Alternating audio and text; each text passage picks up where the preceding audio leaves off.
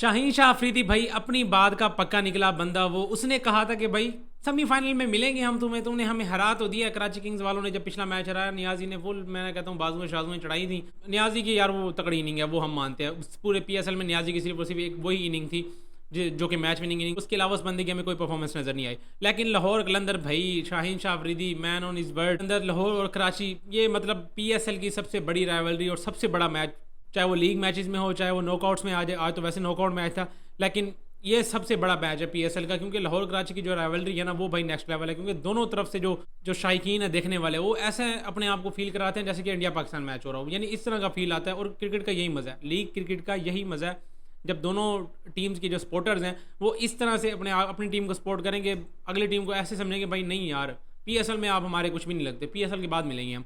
इस तरह की सपोर्ट होनी चाहिए। तो क्या ही तगड़ी किस्म की क्रिकेट हुई है।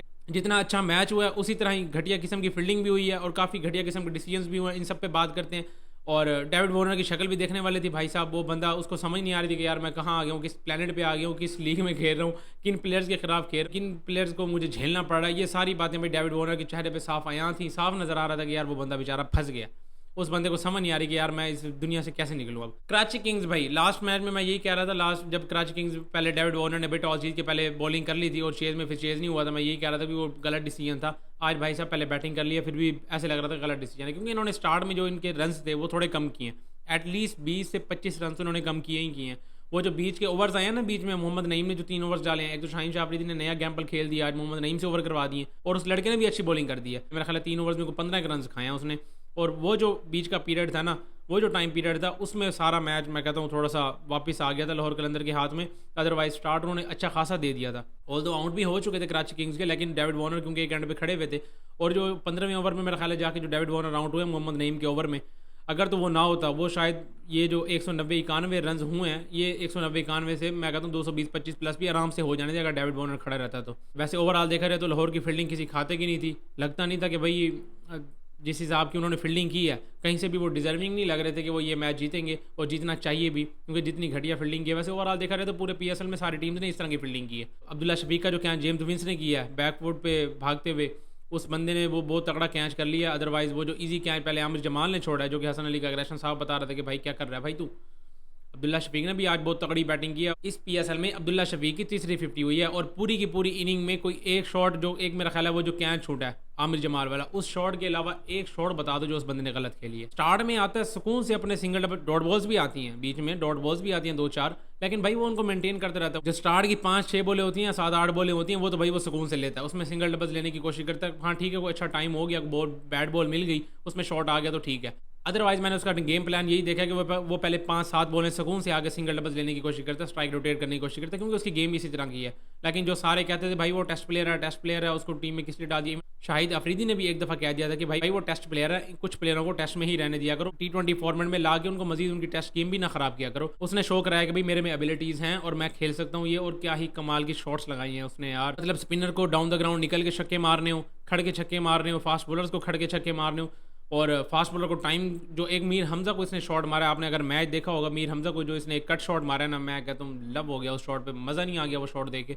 इतना को प्यारा शॉट था वो, और इतना स्मूथली खेला है, हल्का सा ऐसे लगा कि बस उसने सिर्फ प्लेस किया और वो चौके की तरफ ऐसे भागती भी गई है ना बॉल की, मैं कहता हूँ जैसे फुल चमाड़ मारी हुई हो किसी ने, इतना तेज़ शॉट गया वो, और इतना अच्छा टाइम हुआ पता ना वो मेरे हिसाब से सबसे बढ़िया शॉट था। बाकी आपको उसकी पूरी बैटिंग में जो, वैसे तो उसने सारी शॉट्स अच्छी लगाई हैं, लेकिन मेरे हिसाब से वो जो चौका मीर हमजा को मारा था ना उसने अपनी इनिंग्स के तकरीबन लास्ट में ही, तो वो शॉट मेरे हिसाब से सबसे बेहतर था। बाकी आपको जो लगता है वो लाजमी कमेंट में बताना। पहले बैटिंग करते हुए कराची किंग्स एक ही एंड पे भाई डेविड वार्नर 75 रन 52 बॉल्स खेली हैं। ऑल दो स्ट्राइक रेट उस हिसाब का नहीं है जिस हिसाब का वो प्लेयर है, लेकिन भाई अब जाहिर सी बात है जब नॉन स्ट्राइकर एंड से लगातार आउट होते ही जा रहे हो तो भाई साहब ज़रा इसको थोड़ा जाहिर सी बात है इनिंग को लंबा लेके जाना चाहिए ही था।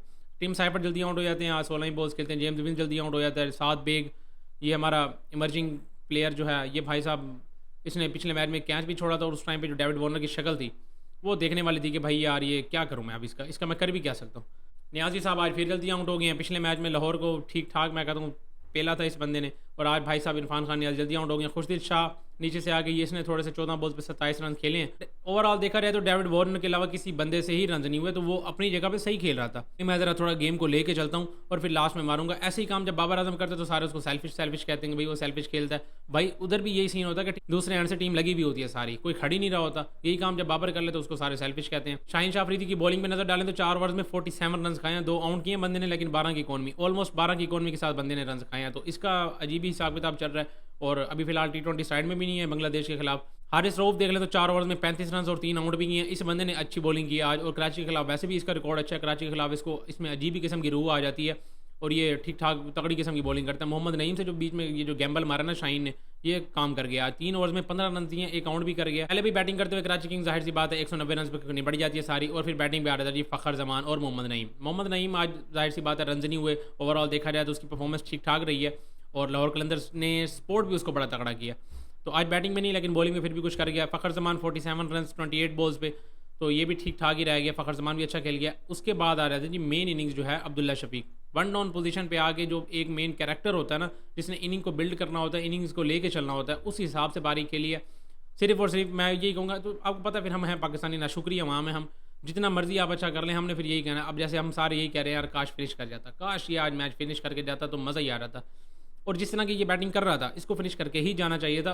जब ये आउट हुआ है उसके बाद इसका एग्रेशन साफ नज़र आ रहा था कि यार इस बंदे, ये खुद भी चाह रहा था कि मैं फिनिश करके जाऊँ, और जाहिर सी बात है मैच इजीली बन चुका था। उस टाइम पे कोई इस तरह का सीन नहीं था कि भाई आपको छक्के चौके चाहिए लाजमी, और आप मतलब हर बॉल पे शॉट्स चाहिए, को 15-16 की एवरेज पड़ी है तो फिर ज़रा टेंशन वाली बात होती है। तो मैं तो उस टाइम पे फुल हाथ में था। उसके बाद जब आउट हो गया तो जाहिर सी बात है जैसे हमें गुस्सा आया हुआ था वैसे उस बंदे को भी गुस्सा आया हुआ था, वो भी फुल एग्रेशन दिखाता हुआ जा रहा था बाहर। लेकिन ओवरऑल देखा जाए तो बहुत अच्छी बैटिंग। और हम सब बातें कर रहे हैं बाकियों पे कि भाई वो टीम में नहीं है, वो टीम में नहीं है। अभी तो भाई साहब ये बैठा हुआ है। अगर आपको स्टेबिलिटी चाहिए, अगर आप बाबर आजम को नहीं खिलाते तो स्टेबिलिटी इस बंदे से ही आती है T20 फॉर्मेट में। ठीक है, अभी ये बहुत अर्ली हो जाएगा, इसने इतना ज़्यादा कुछ करके नहीं दिखाया हुआ अभी तक PSL में भी, और पाकिस्तान क्रिकेट के लिए भी इसको थोड़े से चांस मिले हैं T20 फॉर्मेट में। जब शाहिद अफरीदी कह रहे थे कि भाई इसको नहीं खिलाना चाहिए T20 फॉर्मेट, इसको टेस्ट तक ही रखना चाहिए, उस हिसाब से देखा जाए तो अभी तक इसने कुछ खास अच्छा किया हुआ नहीं है। लेकिन अगर स्टेबिलिटी चाहिए, मैच्योर इनिंग्स चाहिए, आपको वो प्लेयर चाहिए जो स्पिनर्स को भी अच्छा खेले, जो फास्ट बॉलर्स को भी अच्छा खेले, जो इनिंग को बिल्ड भी कर सकता हो, जो एक टाइम पे अगर शॉट्स चाहिए तो शॉट्स भी मार सकता हो, तो इस तरह का प्लेयर यार आपको फुल पैकेज पड़ा हुआ है मेरे हिसाब से। इसको टीम में नहीं रखा। अगर आप यंग टीम बनाना चाह रहे हैं तो अब्दुल्ला शफीक का लाजमी बनता है। कुशल परेरा इसने आगे सही साथ दिया उस टाइम पे। एक टाइम पे ये 14 बॉल्स पे 14 ही रन करके खेल रहा था, और साथ अब्दुल्ला शफीक को सिर्फ और सिर्फ सिंगल दे रहा था। और अब्दुल्ला शफीक दूसरे एंड से अपनी चलाकियों के साथ बिल्कुल ही मैं कहता हूँ क्लेवर माइंड सेट के साथ बैटिंग कर रहा था। मतलब सिंगल डबल एंड देन छक्का, फिर सिंगल डबल और फिर छक्का या चौका, इस हिसाब से बैटिंग कर रहा था। और उसने अगली टीम को महसूस भी नहीं होने दिया और मैच आराम से हाथ से निकालता गया। इस तरह के प्लेयर्स चाहिए T20 फॉर्मेट में, जो कि लाजमी नहीं है कि आपको वो प्लेयर चाहिए जो आगे हर बॉल पे छक्का मारे चौका मारे, ऐसा भी नहीं होता। कुछ प्लेयर्स इस तरह से होते हैं जो कि आराम से ही मैच निकाल देते हैं और आपको फील भी नहीं होता। तो इस हिसाब की बैटिंग किया अब्दुल्ला शफीक ने। साथ ही साथ राजा बक्सा भी आए 12 बॉल्स पे 23 रन, वो भी बंदा करके जाता है। तो भाई साहब इजीली मैं कहता हूँ मैच विन कर जाती है लाहौर कलंदर्स। जाहिर सी बात है 19वीं ओवर में अगर आप 191 चेज करके एक साइड पे हो रहे हो तो भाई साहब फिर आपने मैच तो इजीली ही चेज कर लिया।